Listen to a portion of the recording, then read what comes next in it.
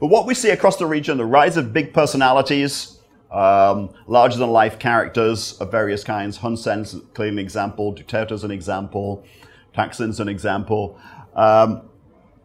And around those people, politics starts to be organized rather than around ideas, political parties, or other kinds of divides. There may be other kinds of divides, but the divides to a large extent are animated and driven by these big personalities.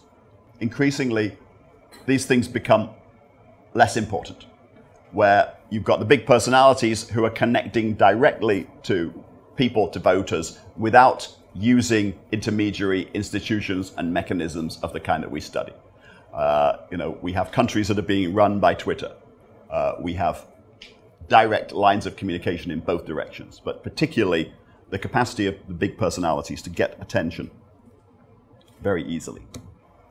So mediated populism, in my view, is about a mode of communication whereby these politicians, particularly the aforementioned big personality type politicians, they really collapse all the conventional distinctions that we study.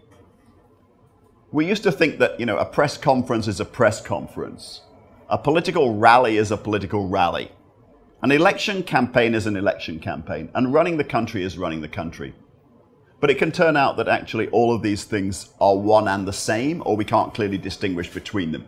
We also see people, Somchai Limthongkul is kind of the one who starts it, switching between being media practitioners and being politicians. And then we have, three major leaders of the red shirt movement who start off being on TV as commentators and comedians mocking other politicians, and then themselves become rally protest leaders and then become MPs and then become ministers.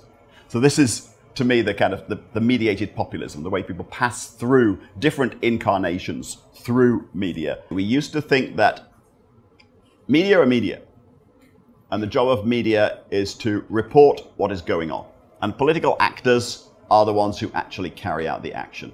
That has become less and less obviously the case in recent years, as we see a collapse of distinction between the two and people crossing over from one to another. It's almost becoming that you need to be a media celebrity in order to be a politician. The competition for the election that's coming up, it's not just about preparing policies or recruiting party members or selecting candidates. It's about trying to get the initiative in terms of media attention and how to manage that, how to stage your presence in such a way that you're going to be able to exert political influence later.